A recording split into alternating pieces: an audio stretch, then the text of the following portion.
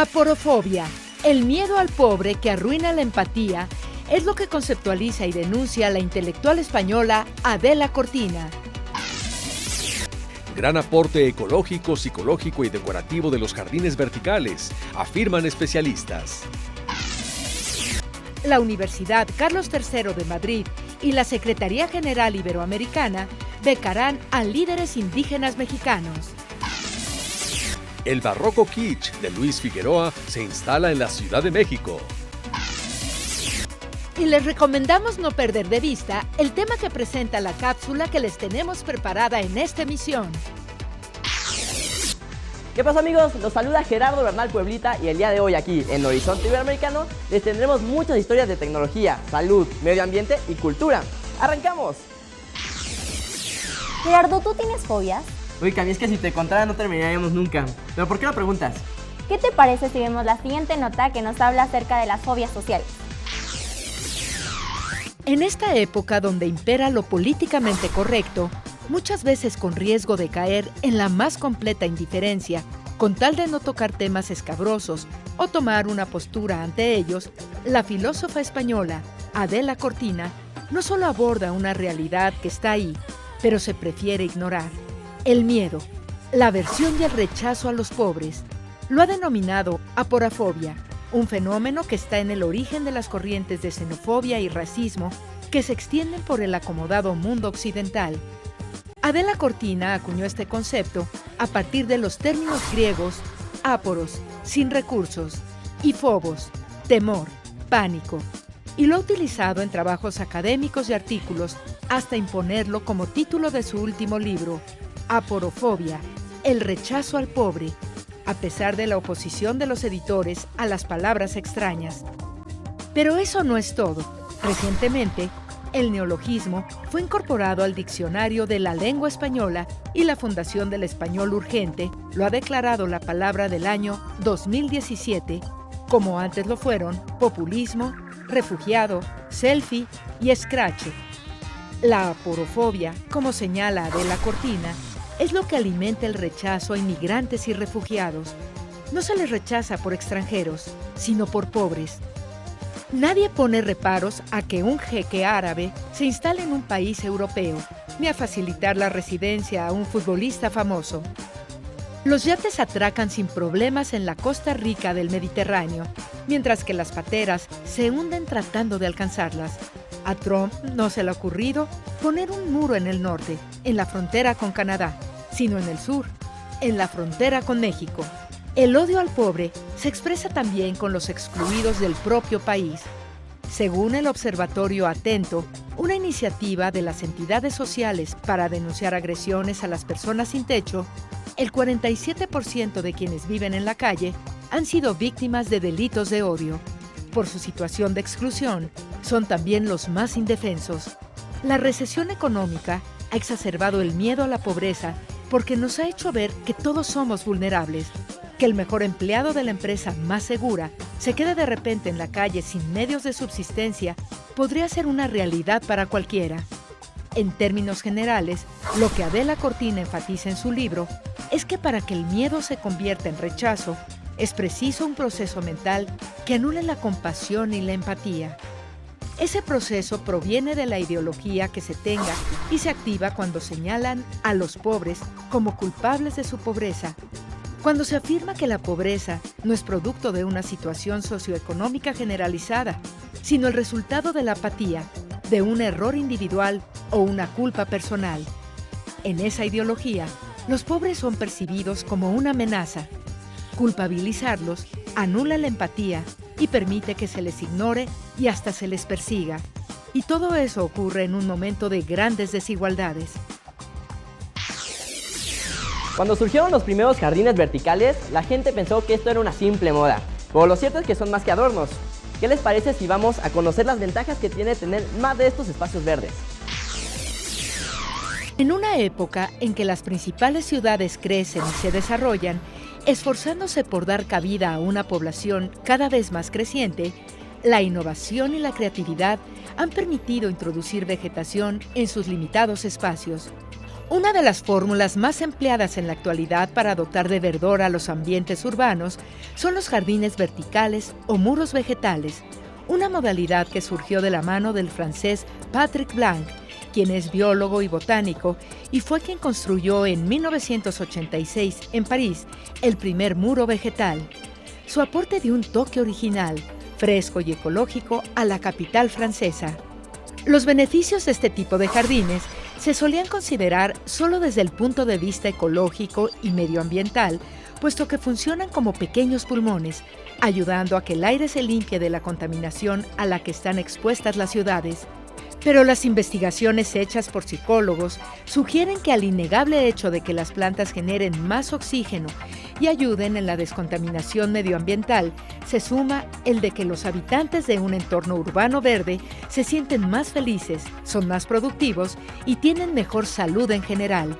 Por estas razones, la formación en diseño de espacios urbanos se ocupa de que los futuros profesionales conozcan estas y otras técnicas similares y alternativas que aporten una mayor cantidad de plantas y de verdor a las ciudades. En los ejemplos de jardines verticales que pueden mencionarse está el más conocido de España, que es sin dudas el que ocupa la pared que flanquea la entrada de Caixa Forum en el Paseo del Prado de Madrid. Un jardín que tiene 480 metros cuadrados de superficie, cubierta de una enorme variedad de plantas, obra de Blanc e inaugurado en 2008. El jardín vertical más grande del mundo está instalado en el edificio Santa La Haya, en Bogotá, capital de Colombia, y es obra de un experto español, Ignacio Solano. La cobertura vegetal abarca unos 3.100 metros cuadrados y está compuesta por más de 100.000 plantas autóctonas. La novela gráfica cuenta historias con apoyo de imágenes. Un talento joven e innovador es la artista española Ana Peñas. Vamos a conocer su trabajo. Nacida en Valencia, España, en 1987, Ana Peñas es diplomada en Diseño Industrial y graduada en Bellas Artes en la Universidad Politécnica de Valencia. Actualmente es considerada la revelación de la novela gráfica y los reconocimientos que ha recibido la respaldan. Fue seleccionada para realizar una residencia artística en Delicierias, Oporto, en 2015. Recibió una mención especial en Iberoamérica Ilustra 2015 y ganó el 7º catálogo iberoamericano Ilustra en el 2016. Recientemente fue galardonada con el Premio Internacional de Novela Gráfica NAC Salamandra Graphic, con su libro Estamos Todas Bien, que rinde homenaje a sus dos abuelas, Maruja y Herminia.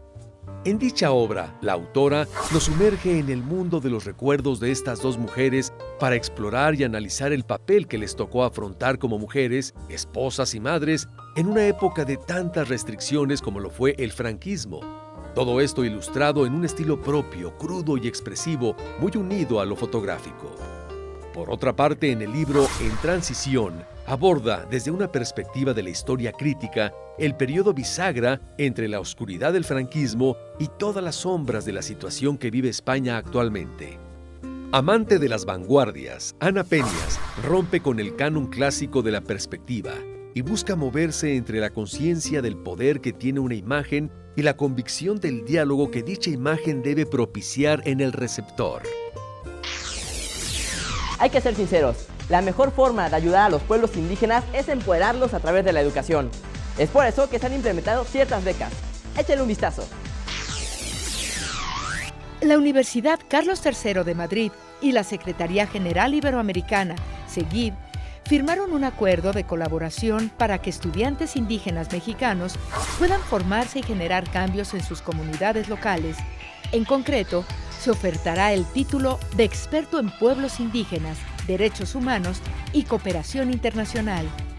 El objetivo de este acuerdo es formar a estudiantes de comunidades indígenas de México para que puedan asumir responsabilidades de liderazgo en sus comunidades y organizaciones con la capacitación y conocimientos técnicos necesarios para intervenir con garantías de éxito en los procesos de negociación y la implementación de los derechos de los pueblos indígenas que se desarrollan en diferentes ámbitos nacionales e internacionales. Para ello, SEGIB facilita un total de 12 becas para el año 2018, financiadas por la Comisión Nacional para el Desarrollo de los Pueblos Indígenas, que permiten cubrir los gastos de matriculación, viajes, seguros médicos y la estancia en Madrid durante los 2 meses que dura el programa académico, del 14 de mayo al 13 de julio. En palabras del rector de la Universidad Carlos III de Madrid, Juan Romo, el convenio refleja cabalmente el interés de dicha institución por proporcionar una formación de calidad para líderes indígenas, contando con el apoyo de gobiernos, agencias de cooperación y organismos internacionales, haciendo del título de experto en pueblos indígenas un posgrado especializado y único en el panorama universitario mundial. Por su parte, Rebecca Greenspan, secretaria general iberoamericana, recordó que a los pueblos indígenas no debemos concebirlos únicamente en su problemática, sino especialmente en sus capacidades, en sus conocimientos, en sus aportes a la sociedad como un todo, en su poder para enfrentar los desafíos. Esa es la lógica detrás de esta firma, la convicción en el liderazgo indígena como fuerza transformadora de nuestras sociedades. El título de experto en pueblos indígenas, derechos humanos y cooperación internacional es un programa que busca brindar una formación integral y de un alto valor curricular y práctico a licenciados, graduados, diplomados o líderes indígenas de la región latinoamericana y caribeña.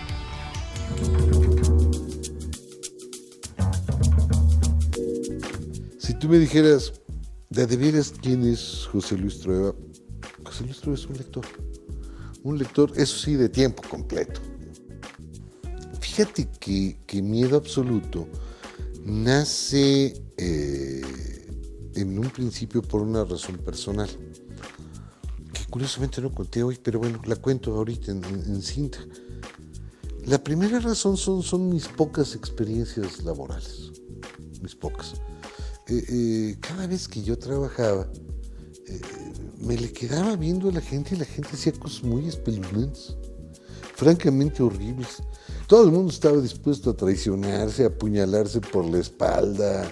Todo el mundo estaba dispuesto a hacer algo horrible al vecino del trabajo. Tan malo era esto que a mí no me gustó. Y yo no entendía por qué los lugares eran tan horrendos. Eso era por un lado. Por otro lado, había una afirmación que me daba vueltas en la cabeza. Muchos de los sobrevivientes de los campos de exterminio nazis se suicidaron, pero después de ser rescatados. Eso era algo muy sobrecogedor. Es decir, después de haber pasado el infierno, después de haber vivido el horror, después de que te rescatan, te quitas la vida. Tú dices, bueno, ¿cómo es posible que esto ocurra? Y no alcanzaba yo a entender el asunto. Y un día, leyendo la trilogía de Auschwitz de Primo Levi, él tiene una frase, cito de memoria, por supuesto, y bueno, puede estar más o menos bien. La frase decía, solo sobrevivimos los peores. Cuando Primo Levi dice esto, tenía toda la razón. ¿Cómo podía sobrevivir en el campo de exterminio? Traicionando, haciendo el mal. El bueno estaba condenado a muerte. Fíjate que los egresados tanto de aquí de la FES como de cualquier universidad, me parece que están enfrentando una de las circunstancias más duras que hay. Mira, seguro que aquí pasa en la FES, puedo apostarte en la mano. La izquierda por si las moscas. Cuando egresan del último semestre, el siguiente semestre regresan. Y andan ahí dando la vuelta por la universidad como tratando de buscar consuelo. Esta cosa de no me quiero ir. Allá afuera está muy feo. Allá afuera hay esta posibilidad de que el mundo sea profundamente agresivo. Y tienen razón. Poner la pata afuera significa para estos alumnos enfrentar una competencia ferocísima. Ferocísima. Y en esa competencia muchos de ellos se van a quedar a mitad de camino. La pregunta es ¿cómo me salvo? ¿Cómo enfrento esa competencia? Creo yo que habrían 3 o 4 maneras de enfrentarla. La primera manera sería apostémosle de veras al saber. Aquel que sabe, y cuando digo sabe, lo digo en serio, no 3 tarugadas y 4 citas de memoria, no, aquel que sabe de veras, terminará siendo contratado, terminará ocupando un lugar. El saber vale, pero no solo vale en términos económicos, vale como este espacio que te permite ser necesario, ser imprescindible en el mundo. Yo oigo en este furor empresarial, en la empresa nadie es indispensable. Eso es absolutamente falso. El que sabe sí es indispensable. Y hay varias posibilidades. Alguien me puede decir, yo me metí a la universidad porque pensé que era una agencia de colocaciones. Y lo digo en serio, mucha gente dice, yo estudio para obtener un trabajo. Está bien, no hay problema. Alguien me diría, yo quiero estudiar porque quiero saber, quiero conocer algo. También está muy bien. Yo estudio porque voy a conocer un muchacho guapo que me va a casar y me va a mantener. Perfecto. Yo estudio porque vengo a divertirme. Está perfecto. En estos casos, la respuesta es distinta. Yo quiero ser aquel gran exitoso empresario, etcétera, etcétera. No te preocupes, no necesitas saber. Traiciona, roba, haz el mal. Y llegarás. Y lo harás muy bien. Y todo el mundo dirá que eres un gran hombre y eres bueno. Aún más, si te sobra dinero, podrás lavarte el rostro creando una fundación para los niños que tienen malaria o para los rinocerontes en peligro de extinción, o sacarle fotos y criticar las fotos de Lucerito. ¿Tiene recompensas? Por supuesto. En una sociedad como la nuestra, este triunfo empresarial, este triunfo económico, siempre es bien visto. Si alguien dice, oye, es que yo venía por saber, bueno, eso está muy bien, entonces no te vayas a meter a la empresa, te van a hacer talco, o sea, no le busques por ahí, mejor aplica para volverte un académico de a de veras, todo el mundo te lo va a agradecer y tú también. Pero es otro el camino. Alguien dice, yo quiero convertirme en un maestro del oficio, me da igual si es ingeniero o lo que sea. Este maestro del oficio llegará un momento en que tendrá que decidir también. Si aplica todo ese talento a la creación del bien o a la creación del horror. Es decir, en el fondo, la universidad, el estudio, no te definen. Lo que te definen son estas decisiones, estas acciones que tú tomas y hacia dónde las quieres llevar.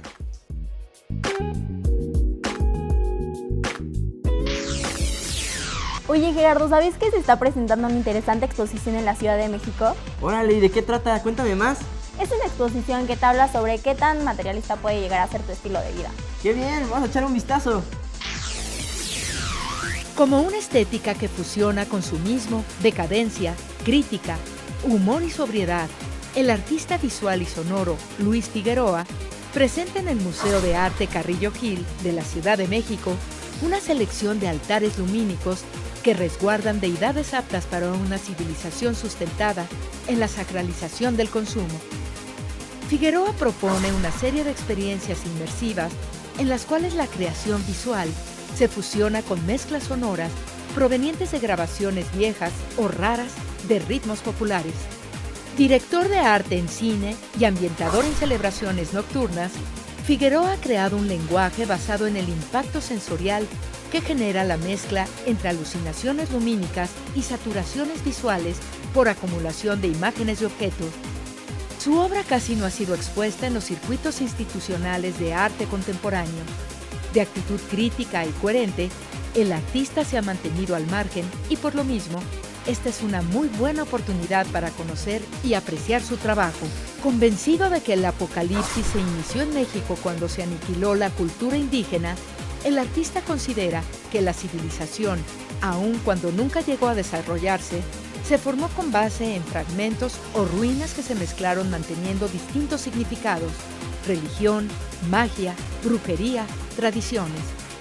Presente en el Carrillo Gil con 27 altares y una instalación de su serie, Creencias de la Gente, Figueroa exhibe bajo el título de Escaparates y Marquesinas, Mercancías prohibidas de los dioses desechables o la Iglesia de los Santos Reciclados, deidades inventadas que construidas con desechos de juguetes, tuercas, llaves, figuras devocionales, encendedores y muchos otros, parafrasean el panteón católico, los héroes cibernéticos, las diosas míticas, los guerreros prehispánicos y hasta el demonio. Construidos con objetos que fueron deseados, comprados y tirados, los altares se vinculan con la tradición popular del comercio ambulante y los altares privados.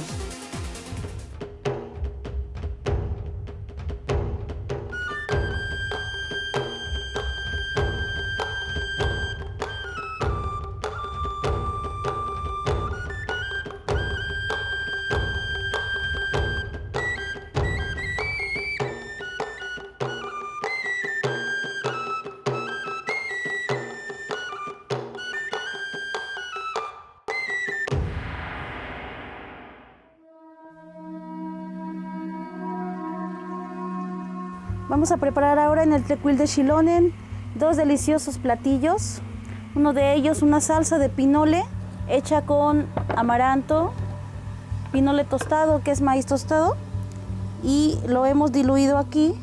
Se ha hecho una mezcla, y para esto también vamos a hacer un ponche de jamaica con naranja criolla o mandarina y piloncillo.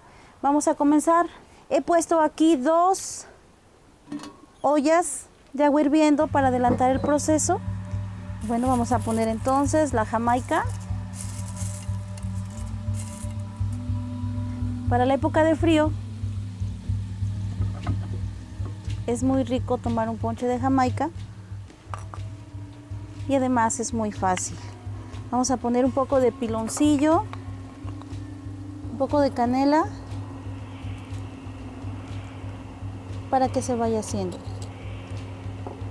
Entonces, por otro lado, tenemos aquí ya calentando una cazuela para mi salsa de pinole. Vamos a usar solo un poquito de manteca.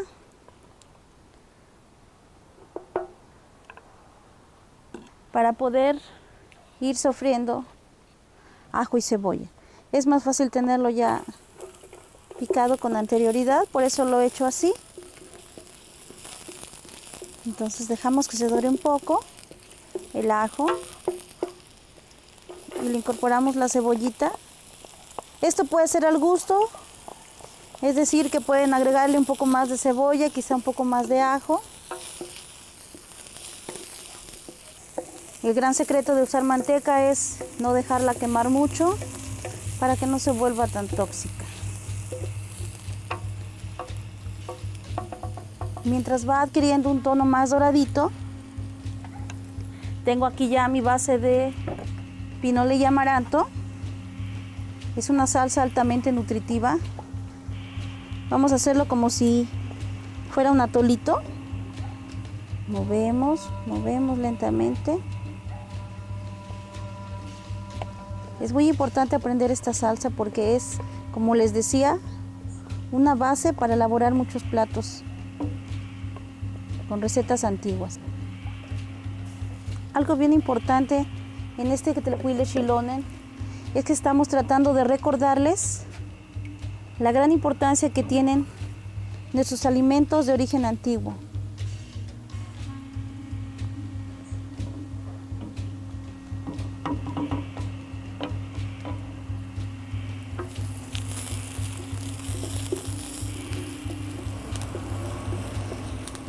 Y nuestra salsa en esta ocasión va a llevar hongos de cazaguate, que son hongos de campo.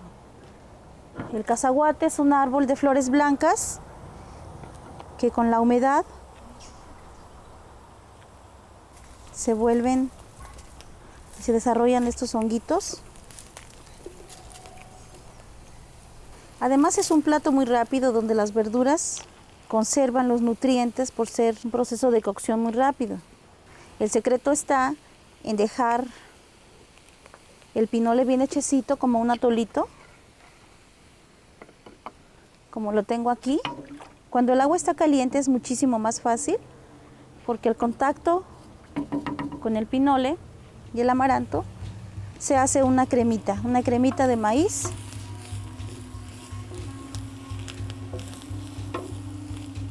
Y nuestro condimento de esta vez será un epazote criollo. Hay una gran diferencia entre las hierbas criollas y las hierbas comerciales. Siempre es mejor usar las que se cortan en casa, las que se cortan en el campo. Hacen una gran diferencia en los platillos.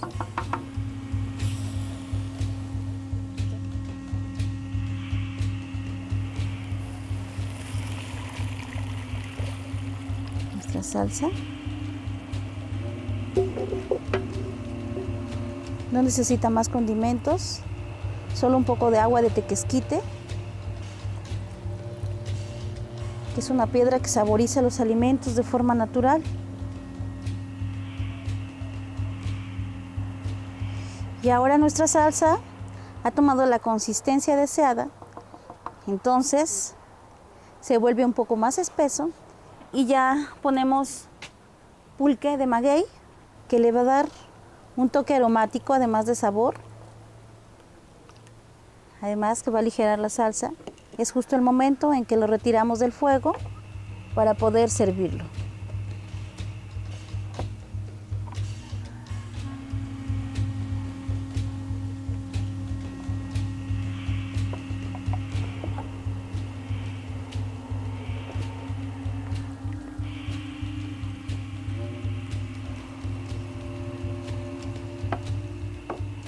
Les prometo que les va a encantar. Y lo vamos a complementar con nuestro ponche de Jamaica, que también ya está listo. Para una época de frío es un menú ideal para llevar calor no solo al cuerpo, sino también al corazón.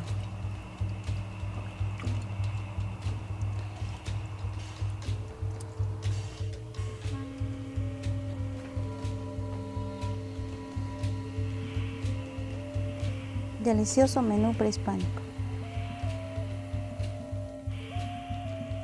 Y una vez teniendo nuestros platos servidos, nuestro delicioso hongo de cacahuate en salsa de pulque y pinole, ponche de Jamaica, ahora sí podemos degustarlos y ofrecerlos.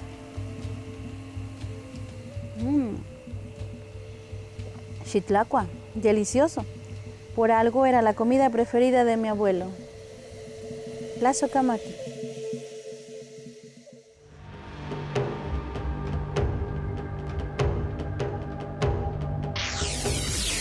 Gerardo, se nos está acabando el tiempo. ¿Cómo crees, que a mí no me digas eso? Pero bueno, todavía pueden seguirnos en nuestro canal de YouTube, que es Ilse TV.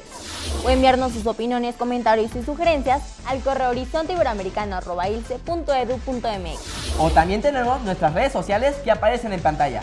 Pero antes de irnos, ¿qué les parece si vamos con nuestro collage? Que trata de la playa del amor en las Islas Marietas de Nayarit. ¡Vamos a verlo!